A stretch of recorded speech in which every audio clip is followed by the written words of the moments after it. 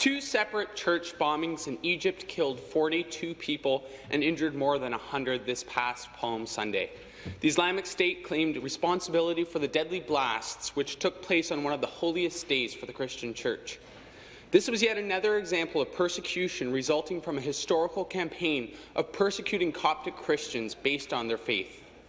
More than 100 Coptic Christians have been killed in Egypt since 2011, more than in the previous 10 years combined. Radical extremists have painted marks on Christian-owned businesses to indicate potential targets and warned people not to make purchases, forcing many of their shops to close down. Violence against Christians in Egypt has been on the rise, but unfortunately it is not the exception.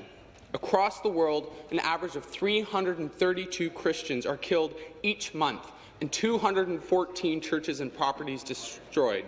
Christians are the most persecuted group in the world. St. John the Evangelist Church here in Toronto experienced an act of arson on the morning of Easter Sunday. Persecution occurs everywhere.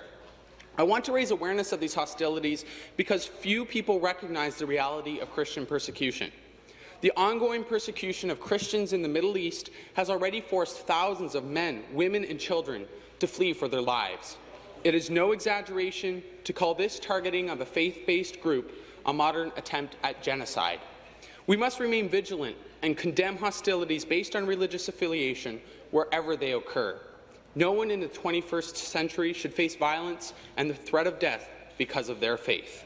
It is too easy to believe that such violence could never happen here in Ontario, but if we ignore persecution in other countries, individuals can bring it here also. Thank you.